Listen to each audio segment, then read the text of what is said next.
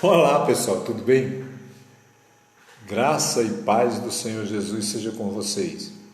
Bem, esse momento aqui que nós estamos já nos preparando, eu peço a vocês que fiquem atentos, porque certamente Deus vai falar conosco mais uma vez.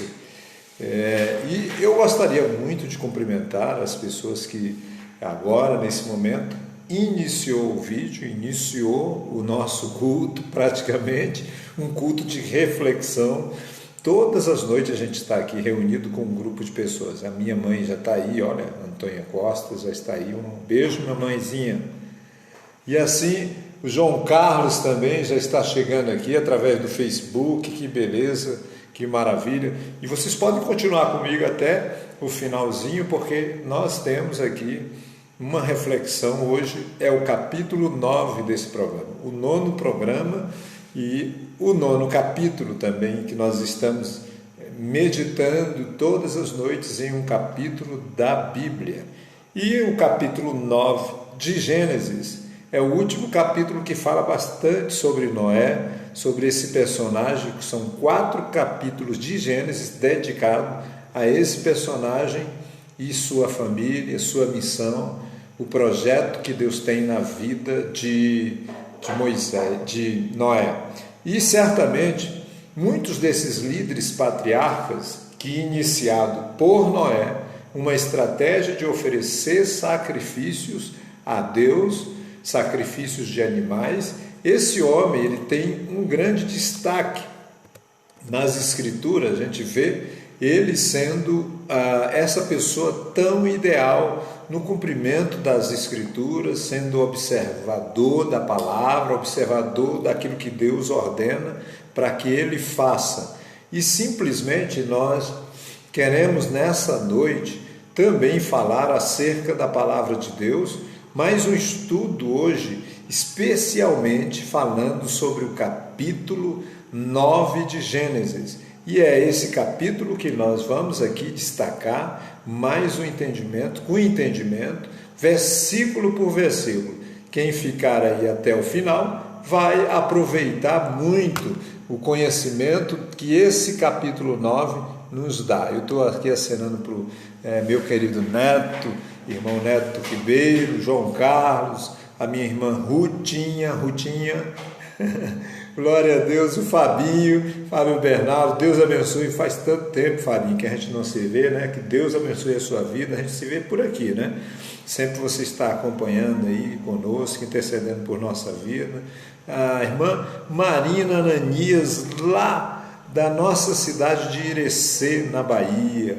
Um grande abraço para a senhora aí, toda a sua casa, sua família, no nome de Jesus. Bem, nós gostaríamos de, nessa hora, meditar na palavra do Senhor. Nós estamos no capítulo 9 hoje de Gênesis. Eu estou com a Bíblia aqui na mão, capítulo 9 de Gênesis. Vamos ler a palavra do Senhor. Essas Bíblias de estudo, elas têm muitas páginas antes, porque é uma estrutura. A Bíblia do Discipulado é uma Bíblia excelente. Ela tem 56 estudos de mentoreio, mais estudos para crescimento, de discipulado para discipuladores, enfim, é excelente Bíblia.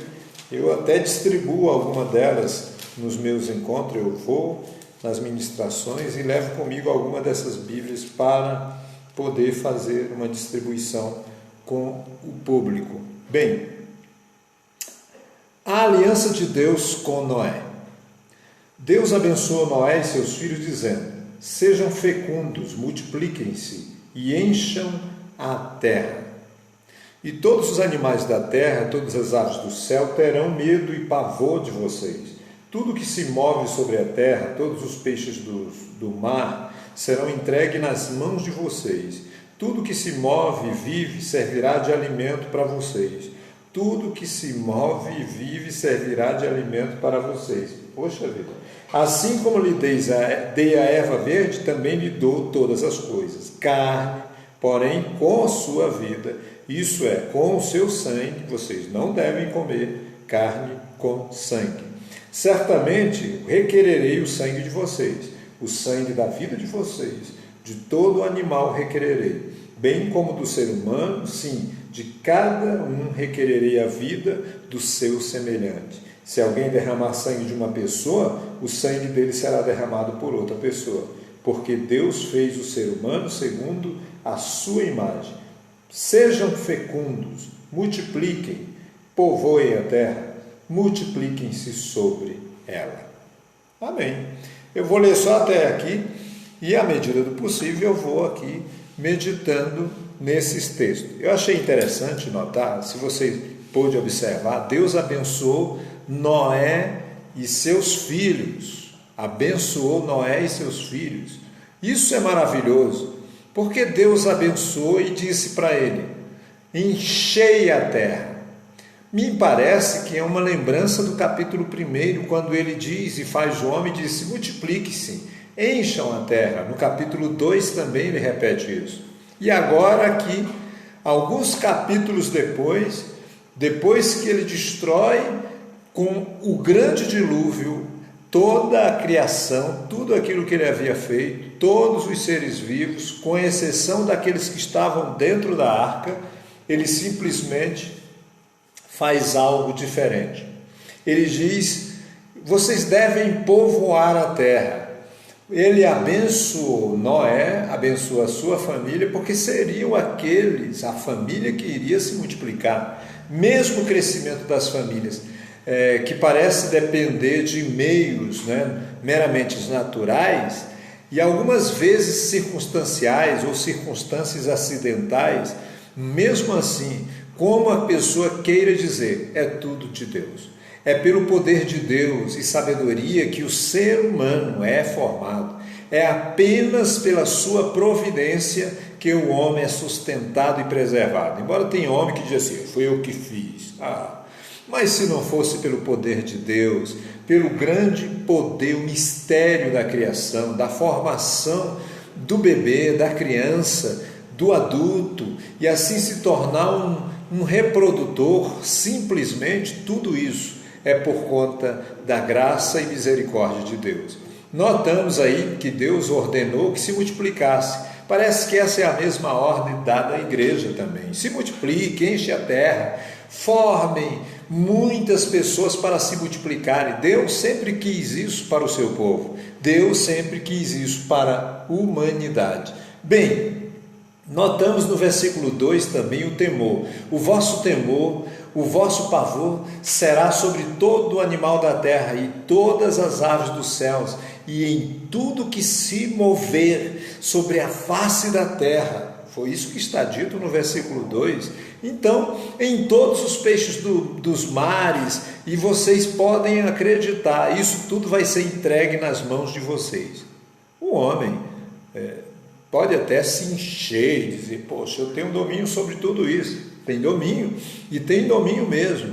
Ele criou submarino, as navegações, desde essa navegação, a primeira arca aí que navegou sobre tantas águas, ninguém fez alguma navegação tão perfeita para uma época que não tinha tecnologia, como Deus deu todas as medidas especificamente para Noé.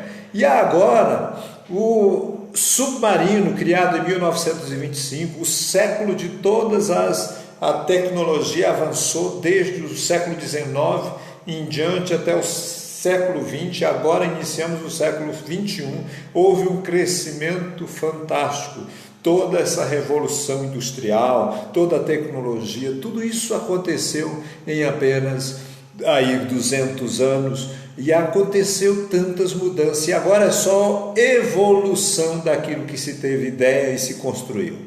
Bem, notamos que isso aqui é domínio do homem sobre a terra, domínio do homem sobre as aves do céu, sobre o céu que está no céu e sobre o mar, os 3 reinos que é repetido para Adão que ele dominaria. Deus repete isso para Noé e diz mais no versículo 3, tudo que se move, tudo que se move e vive será para mantimento.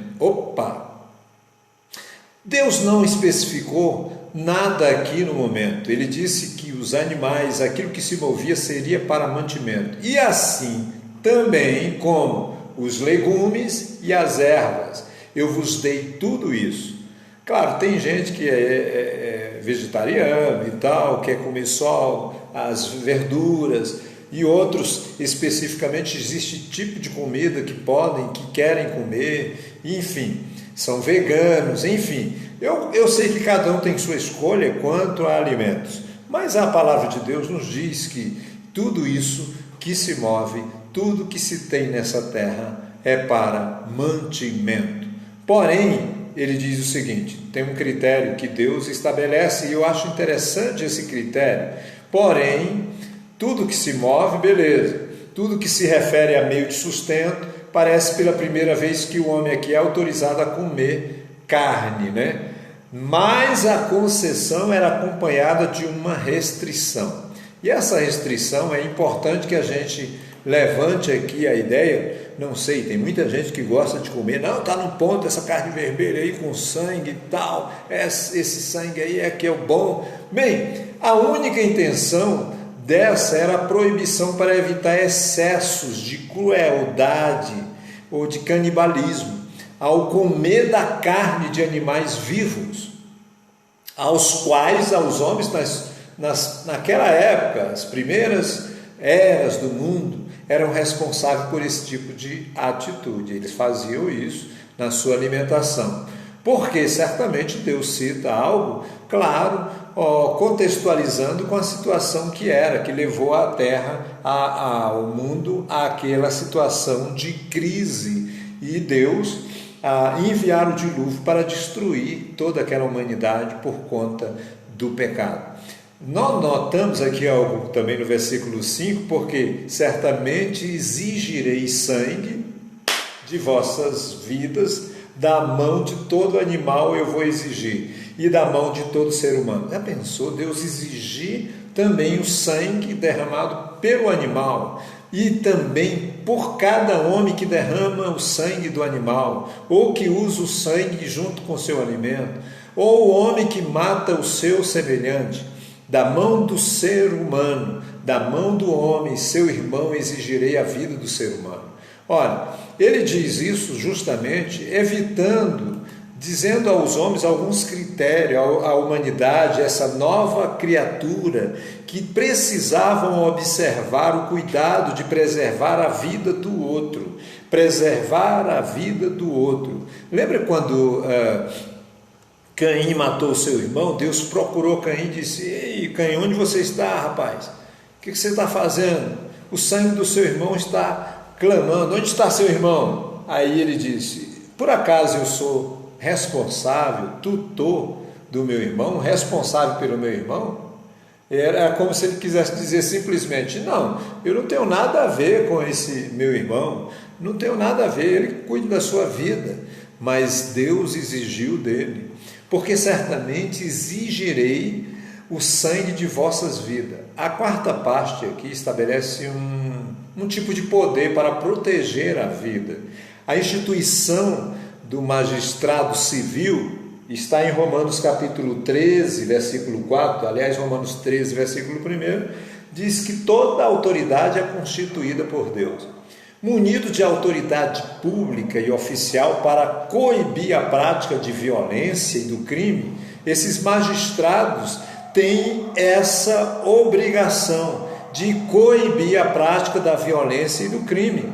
Tal poder não existia nessa época, anteriormente na sociedade patriarcal. Mas Deus aqui já faz destacar isso: eu vou exigir o sangue das vossas vidas. E assim, no versículo 7 ele diz o seguinte: mas vocês, devem frutificar, devem multiplicar e procriar abundantemente na terra. Multipliquem-se nela. A gente vê aqui, gente, interessante, essencialmente é a mesma ordem que foi dada a Adão, lá no capítulo 1, versículo 28. 27, 26, façamos o homem a nossa imagem, conforme a nossa semelhança, e que ele domine sobre todas essas coisas e encha a terra e se multiplique nela. Havia aí uma reafirmação da verdade de Deus. No versículo 8, ele diz o seguinte: e falou Deus, eu li somente até o versículo 7, e falou Deus a Noé e aos seus filhos. Quando ele fala a Noé e aos seus filhos, ele diz o seguinte: olha, eis que eu estabeleço meu pacto com vocês, na descendência de vocês.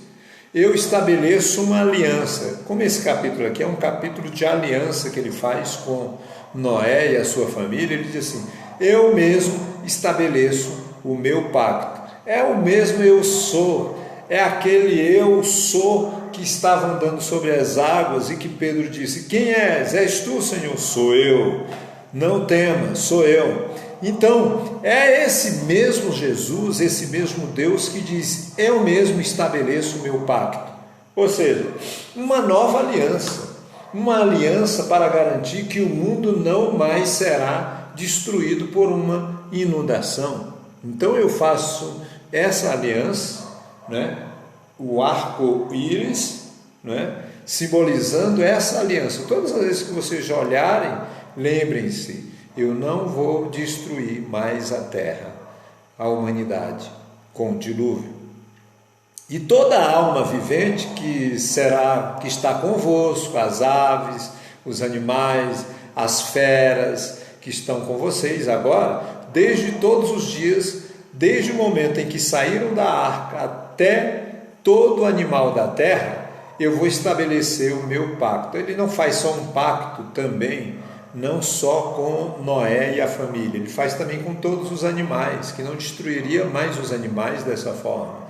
E toda alma que é vivente que está convosco. Esse original hebraico, ele tem um significado para a gente: alma vivente, quer dizer, nefesh. Ou seja, compara aí com Gênesis 1:20, que nós lemos no primeiro programa, que você pode ver, a aliança de Deus com as criaturas, a aliança de Deus com os seres vivos, assim como a humanidade sugere aí um pensamento de interdependência, né, entre o mundo animal e a raça humana. A bondade e a benevolência de Deus para com o homem implica numa bênção que é correspondente também sobre a vida dos animais. E isso é porque eu também penso na ecologia, gente. O papel da vida a gente pensar nisso. Então, Deus se preocupa e faz uma aliança também com os animais. Interessante notar que a aliança, ela se completa dizendo, no versículo 11, eu vou estabelecer meu pacto com vocês, tá? E não será mais exterminada toda a carne com águas do dilúvio, nem haverá mais dilúvio para destruir a terra. Isso é muito bom, gente. Muito bom a gente ter essa esperança quando a gente vê o dilúvio. Muita gente quer saber onde ele começa e qual o fim. Lá na terra do sem nunca, do nunca, onde não sei aonde. Nada disso. A vida nos mostra, através dos raios violeta, esse sinal. Todas as vezes que chove e você vê o arco-íris lá, é Deus lembrando a nós, dizendo que Ele fez uma aliança com a humanidade, com todos nós. A aliança é para nós nos dias de hoje. A promessa aqui feita de nunca mais Deus destruir a terra com o dilúvio é apelada pelo profeta Isaías. Não sei se vocês já leram, no livro do profeta Isaías, no capítulo 54, versículo 9 e 10, ele diz o seguinte: para mim, isso é como nos dias de Noé. Para mim é como nos dias de Noé, quando jurei que as águas de Noé nunca mais tornariam a cobrir a terra. De modo que agora eu jurei não ficar irado contra você, não ficar irado contra você, não ficar irado contra essa nação, nem tornar a repreendê-la. Embora os montes sejam sacudidos, vez por outra a gente vê uns terremotos, né? Uma situação como houve aquele tsunami, né? Terrível, muitas casas destruídas naquele lugar, naquela cidade, embora montes sejam sacudidos, colinas sejam removidas, está lá no profeta Isaías, gente. Assim a minha fidelidade para você não será abalada, nem a minha aliança de paz. Ou como no Salmo 46, você pode conhecer, talvez melhor do que esse aqui do capítulo 59, mas no capítulo 46 de Salmo diz: Deus é o nosso refúgio, fortaleza, socorro bem presente na hora da angústia, pelo que a gente não desfalece, não desfaleceremos, ainda que a terra se mude, ainda que os montes se transportem para o meio dos mares, ainda que as águas rujam e se perturbem, há um rio cujas correntes alegram a cidade de Deus, o santuário da morada do Altíssimo. Deus está no meio dela, não será abalada. Deus ajudará ao romper da manhã. Isso, gente, é um sinal da proteção de Deus durante o tempo em que passamos por crise, tempestade, os montes estão se movendo, a terra está tremendo, as águas estão rugindo, estão vindo sobre nós, mas ele diz: não temeremos, porque tu estás conosco. O Deus conosco, o Deus Emanuel, o Deus presente, alguém está ali para nos livrar, para nos conduzir a um lugar firme. E ele diz: mesmo que tenha um exército, mesmo que tenha algum que se levante contra vocês, o Senhor dos exércitos está conosco, o Deus de Jacó é o nosso refúgio. Versículo 7 do Salmo 46, de 1 a 7. Então você pode ler esses textos e entender como é maravilhosa a proteção de Deus. Aqui ele diz para Noé justamente isso. Então ele continua dizendo no versículo 12: ele disse, e disse Deus: este será o sinal do pacto, que eu estabeleço com vocês, e toda alma vivente que está com vocês, todo mundo, por tempos, gerações, perpetuamente, vocês vão ver esse sinal. A palavra sinal aqui, gente, ela vem de uma palavra em hebraico, ot. Então, eu estabeleço com vocês um sinal. O Senhor designou um sinal em Caim, tá certo? Um sinal para Caim. Ou seja, um símbolo exterior, visível em relação à aliança, de aliança. Na sua exterioridade, serve até para a gente lembrar o homem cuja adesão espiritual se tornou fraca. Muitas vezes fraca, porque quem faz aliança é Deus. A gente não consegue fazer uma aliança com Deus, por mais que a gente queira, mas a gente não consegue manter a nossa aliança com Ele. Mas Ele faz aliança com o homem, sabendo que esse homem é fraco, que visivelmente ele é falível, que visivelmente ele pode errar, que ele pode fracassar. Então, mas Deus faz uma aliança com o homem. Ele sempre fez isso, desde o princípio. No versículo 13, ele diz o seguinte: o meu arco eu porei nas nuvens, o arco, e ele será sinal entre a aliança entre mim e a terra, entre todos os habitantes da terra. Meu arco. A linguagem permite aí duas interpretações. Pela primeira vez, eu estabeleço o arco-íris no céu, para que a humanidade veja a aliança que fizemos entre nós.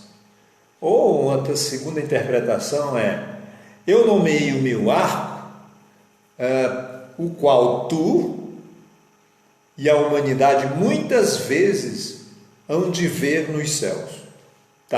Para que daqui em diante seja um sinal de aliança entre nós. Pode ser essa interpretação. Eu acho super interessante que alguém pode dizer, o Nadson, Deus abençoe Nadson Emanuel, lá de Lem, Luiz Eduardo, também a Luana, Deus abençoe a sua vida, Luana, aqui da cidade ocidental, né? Então, primeira opção parece preferível, né? Porque a lenda hebraica explica assim a origem do arco-íris. É claro que deve ter sido visível.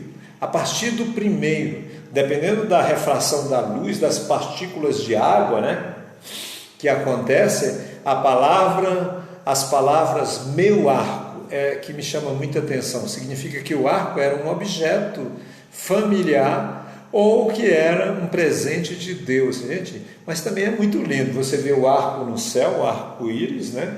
de forma com tantas cores, pelos raios ultravioletas, as partículas d'água, aí você vê tantas cores, infinitamente, mais de 256 cores, como diz na cartelinha do Pantone, e muito mais do que se pode ver numa mistura de cores, né? Ali o arco-íris.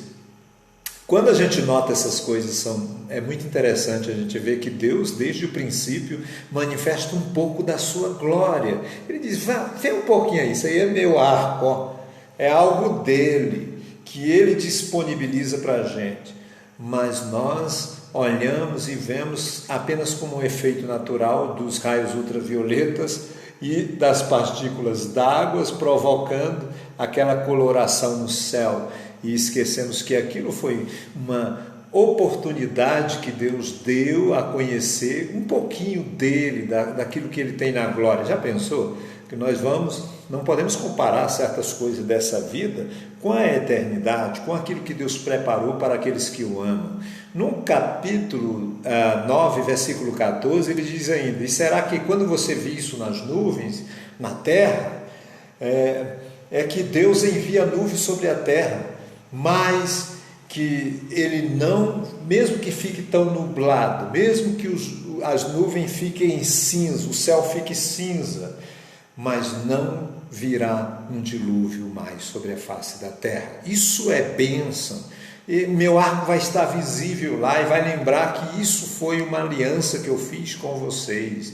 Olha que coisa linda. No versículo 15 ele diz o seguinte, eu vou me lembrar do meu pacto que eu fiz com vocês, entre mim e vocês, entre todos os animais, toda alma vivente, não serão mais as águas do dilúvio que vão destruir toda a carne. Mais uma vez ele retrata aqui a palavra da verdade que ele cita, e no 15:16 ele diz assim, estará o arco nas nuvens, e o verei para me lembrar do pacto. Está pensando que Deus, é só você que vê o arco-íris? Deus também está vendo. Naquela hora Deus está contemplando a aliança que ele fez com Noé, a aliança que ele fez com a humanidade. Ele está contemplando aquele arco. É a hora que você deve lembrar, não é só eu que estou vendo esse arco, o meu Criador, o meu Deus está vendo também. Ele não vai destruir a terra com essa chuva, com essa tempestade, com esse dilúvio.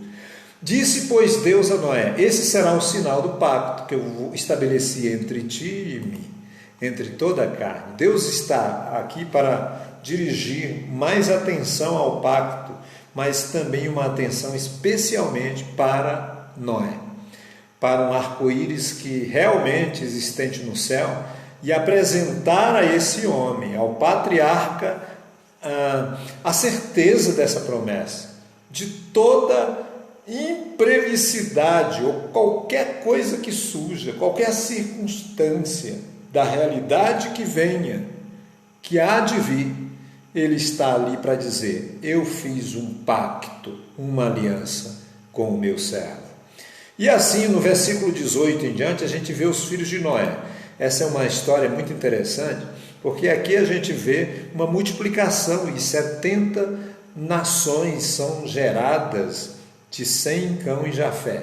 Essas 3 mulheres, esposa de cada um deles, essas mulheres, elas eram mulheres especiais. Embora não tenha os nomes delas, não é citado os nomes dessas mulheres, mas elas tiveram um papel fundamental numa multiplicação para 70 famílias. Os filhos de Noé que saíram da arca foram Sem, Cão e Jafé. E Cão é o pai de Canaã.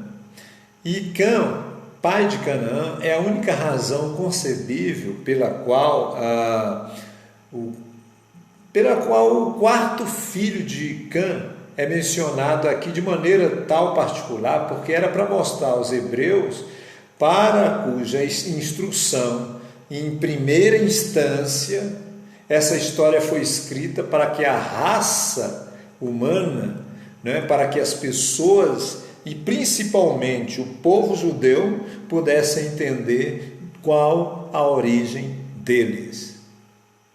Qual a origem deles? vocês descendem de Noé, vocês são descendentes de Cão, que é pai de Canaã. Então, vocês precisam entender de onde vocês, qual é a origem de vocês. E esses 3 são os filhos de Noé, e deles encheu toda a terra ficou cheia, porque eles se multiplicaram. Certamente, gente, quando a gente percebe toda essa história, um abraço aí a todos os irmãos que estão nos acompanhando pelo Facebook, pastora Regina Maura, né? A Cristiane Estrela, a irmã Suzy Abreu, glória a Deus pela vida de vocês. Também aqui a irmã Leida no Instagram, a irmã Jonadar, que Deus abençoe, o Nadson, também sinto saudade daí, Nadson, dessa turma aí de Lem, Luiz Eduardo Magalhães. Mãe, esses 3 filhos de Noé, aqui é afirmado como aqueles que deram a origem à população mundial, e que todas as épocas posteriores irradiava de um centro, oriunda de uma família, cujos membros eram o único sobrevivente. Então, eles sobreviveram a um grande dilúvio, 1 ano e 10 dias dentro de uma arca, gente, cheia de animais ferozes e animais domésticos juntos, todos juntos, pelo poder de Deus. Não houve nenhuma coisa drástica, mas ao contrário, eles se reproduziram ali. Não está implícito aí nessa frase do versículo 20, quando ele começou Noé a lavrar a terra e plantou uma vinha. Não está implícito aí, nessa fraseologia aí, que o primeiro cultivador do solo, porque Caim, ele tinha se envolvido com atividades agrícolas. Se vocês olham lá no capítulo 4, vocês vão ver isso. E muito antes dele, esse Caim construiu cidades, saiu do campo, criou a urbanização, uma cidade onde se tinha comércio de troca. O nome da primeira cidade, ele deu o nome do filho e deu o nome para a cidade, Enoque. Enfim, você vê a história no capítulo 4, aí você lembra, poxa, e logo imediatamente Noé começa a arar a terra, lavrar a terra e planta uma vinha. E certamente um fruto muito interessante. A gente vê 2 árvores importantes agora.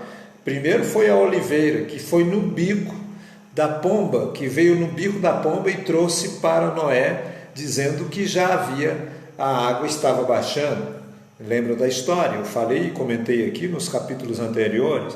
E é interessante notar que agora ele vai e planta uma vinha, importante para o cultivo de Israel, daquela região do Oriente.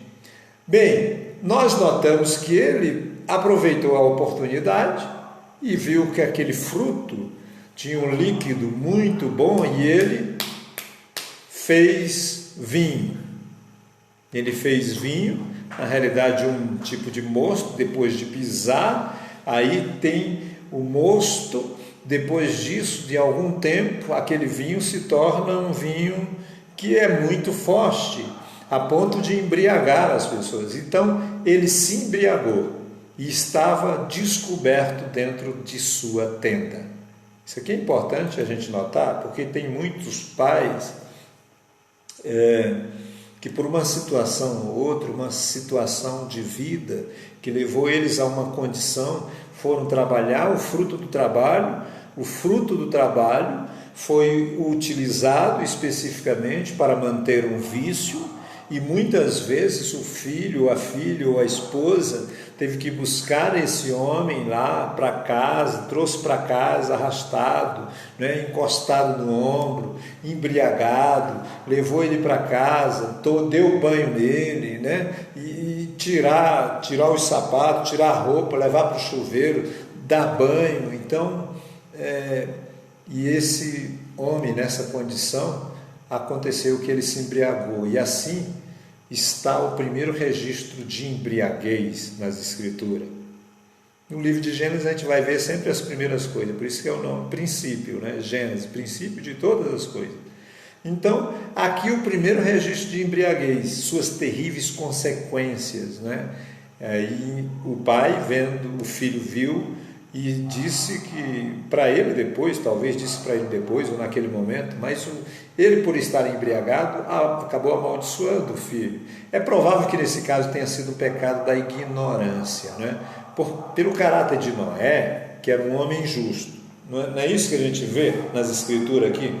No capítulo 6, 7, 8 e 9. É tudo dedicado à história dele. Não foi porque Noé não era justo que de repente ele amaldiçoou o seu filho. Muitos pais fazem isso por ignorância de alguém que está dedicando-se a ele, cuidando dele, procurando cobrir a sua nudez, tentando ajustar essa condição de vida, de vício, de embriaguez que a pessoa se encontra e às vezes quer fazer o melhor pela vida da pessoa. Então, eu não vejo aqui como algo do caráter dele. Não, eu vejo que isso aqui, ele era um homem que andava com Deus, gente. Andava com Deus. Deus elogia ele. Leia os capítulos 6, 7 e 8, você vai ver Deus elogiando ele. Ele fez tudo que Deus mandou. De repente, ele cai nisso aqui, gente. Isso é a demonstração de que o homem pode falhar, mas é preciso ter cuidado, porque palavras, elas não ficam no vento. Não é porque alguém disse uma palavra e tal, disse uma palavra para o filho, e às vezes o filho não consegue prosperar, não consegue um resultado positivo nos seus estudos, não consegue um resultado financeiro. Uma palavra dita fora de tempo pode causar danos terríveis. É preciso ter cuidado. Nós precisamos ter o bom senso. Nós não somos melhores e nem piores do que Noé. Podemos de vez em quando cair nessa de dizer alguma coisa que isso pode causar um dano à vida do filho, à vida do neto, à vida da esposa, do esposo, à vida do amigo, do colega de trabalho. É preciso ter cuidado. E Deus não se agrada disso. De quem vieram os cananeus?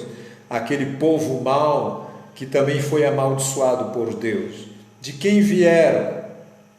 Aquele povo que simplesmente o povo de Israel tinha entendimento de que eles enfrentariam os cananeus, enfrentariam os jebuseus, os fariseus, enfrentariam todo o povo de uma terra que Deus havia dado a eles. Então, disse aos seus dois irmãos aqui, com um tipo de escárnio, e Cã, na realidade, foi pai de Canaã, porque viu a nudez do seu pai e disse aos seus dois irmãos que estavam do lado de fora.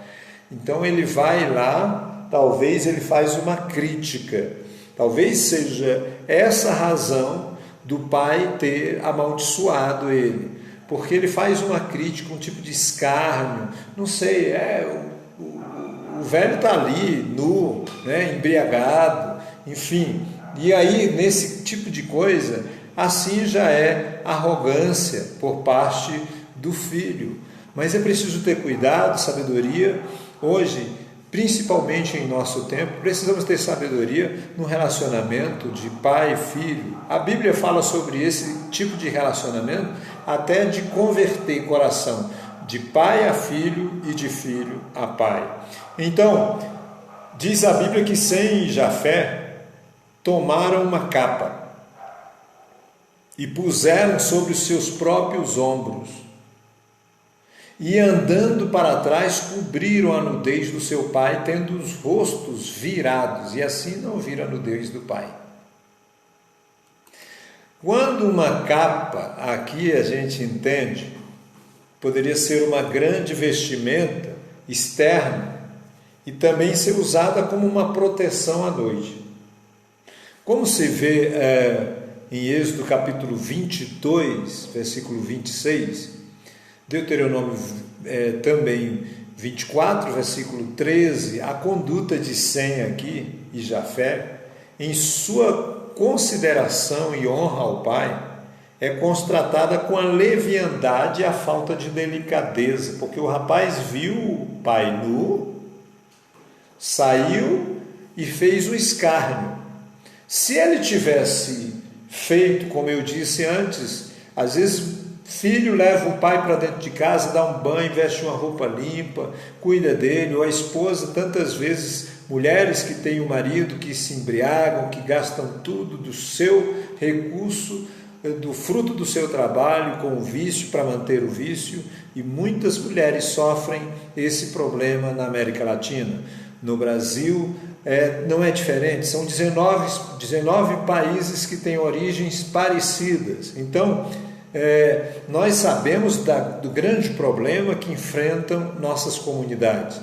E certamente é preciso entender que a sabedoria ela tem que ser destacada nessa hora. O cuidado do pai, não a crítica, não simplesmente tem gente que xinga o próprio pai, ou que bate no próprio pai, que bate na mãe, que humilha os seus irmãos por conta de um vício, de uma situação que, lamentavelmente, só Jesus pode libertar, e essa é a pessoa que quiser ser liberta. Então, naturalmente, a gente entende que certas coisas dependem muito da pessoa. E o que vemos aqui é dois filhos com muita delicadeza, com muito cuidado, com muita honra, cobrindo o seu pai, saindo de costa, sem ver a nudez do seu pai. Aí a Bíblia diz que despertou Noé daquele vinho e soube o que havia feito com o seu filho mais jovem. E aí toma uma expressão como um filho mais jovem. Os escritores judeus aqui têm uma ideia, como o Dr.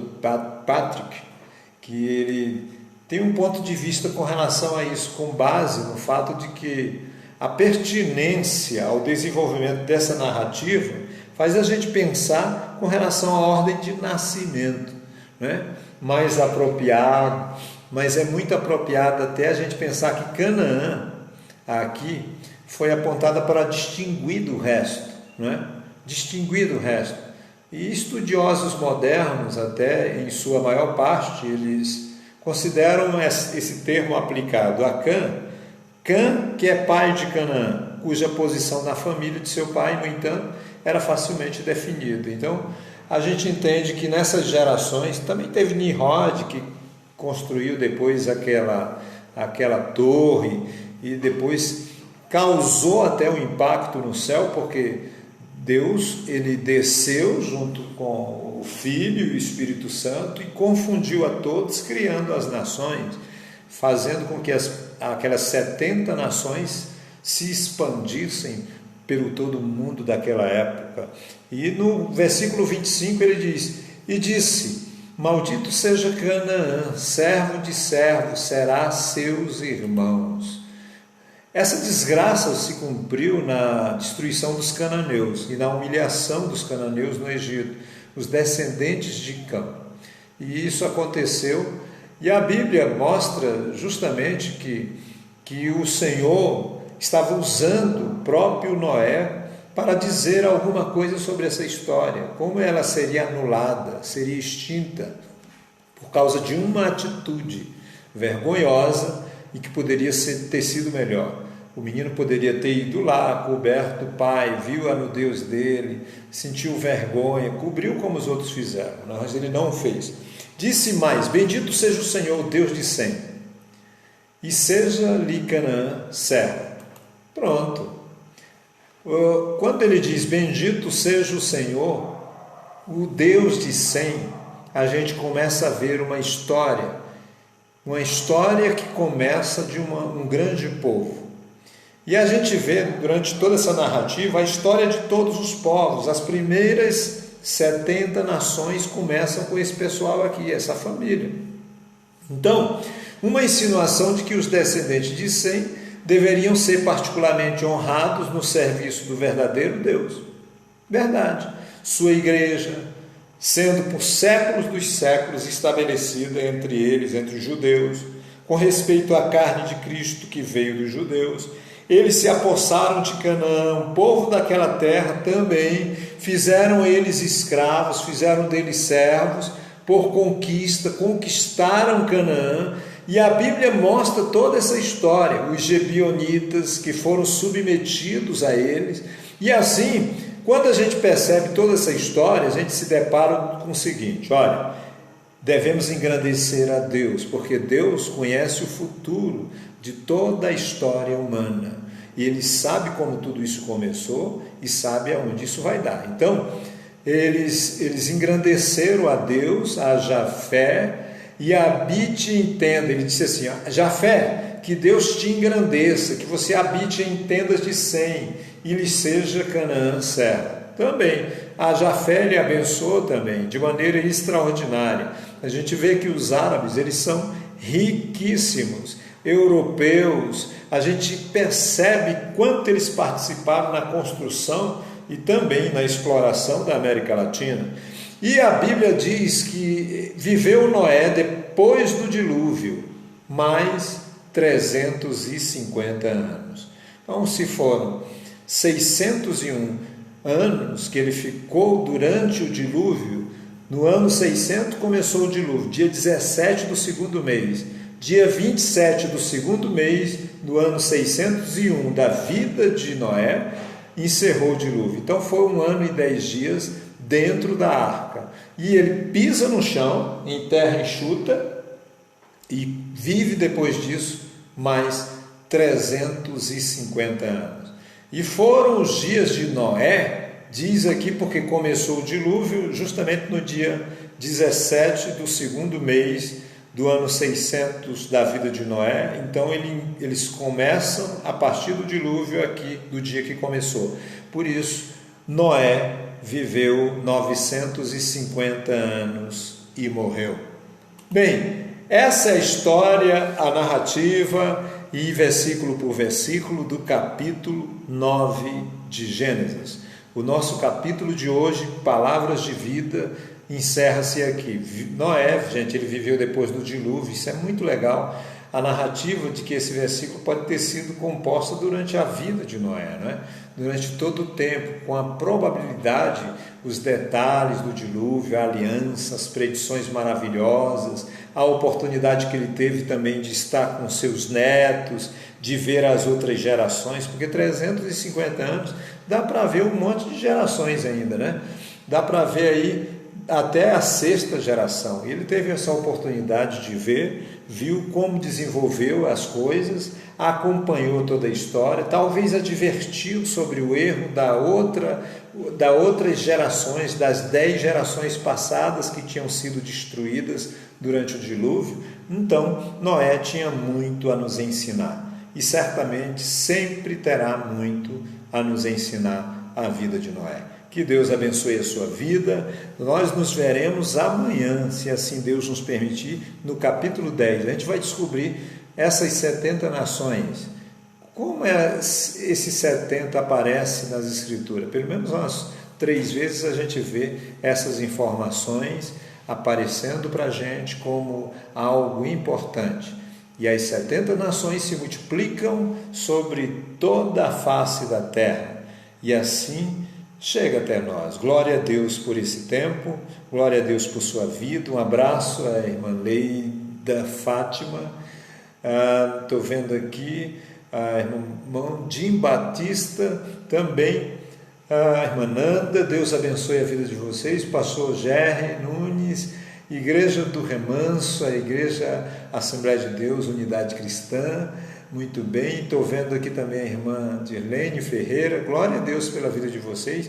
Bem, nós vamos encerrar nesse momento com a oração. Quero orar por sua vida, você que participou. Se você pode compartilhar esse vídeo de hoje, compartilhe com 2, 3 pessoas aí, seus amigos, que possam ouvir um pouco mais sobre aquilo que nós falamos aqui. E concordar ou discordar, mas manifeste seus comentários.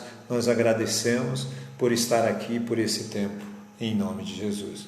Nós vamos orar nesse momento. Quero orar por todos os que estão aqui participantes e todos aqueles que vão assistir, que sejam tocados, impactados, entreguem sua vida para o Salvador. E nunca digam algo que não queiram dizer, porque isso pode produzir males terríveis sobre a vida de outra pessoa. Também não sejam arrogantes com aqueles que não têm conseguido se libertar dos seus vícios, dessa situação, e que muitas vezes você tem encontrado eles nu na vida. Cubra-os, ajude-os e manifeste a graça de Deus que cobre todo aquele que vive em pecado, numa situação miserável e pecadora. Que a graça do Senhor, onde se multiplicou o pecado, superabundou a graça de Deus. Pai, obrigado por esse tempo, obrigado pela vida dos teus filhos. Oro por cada um de teus servos e servas, amigos e amigas que estão aqui. Sejam tocados pelo seu amor nessa noite, em nome de Jesus. Amém. Um grande abraço, fique na paz, nos veremos amanhã, se assim Deus nos permitir.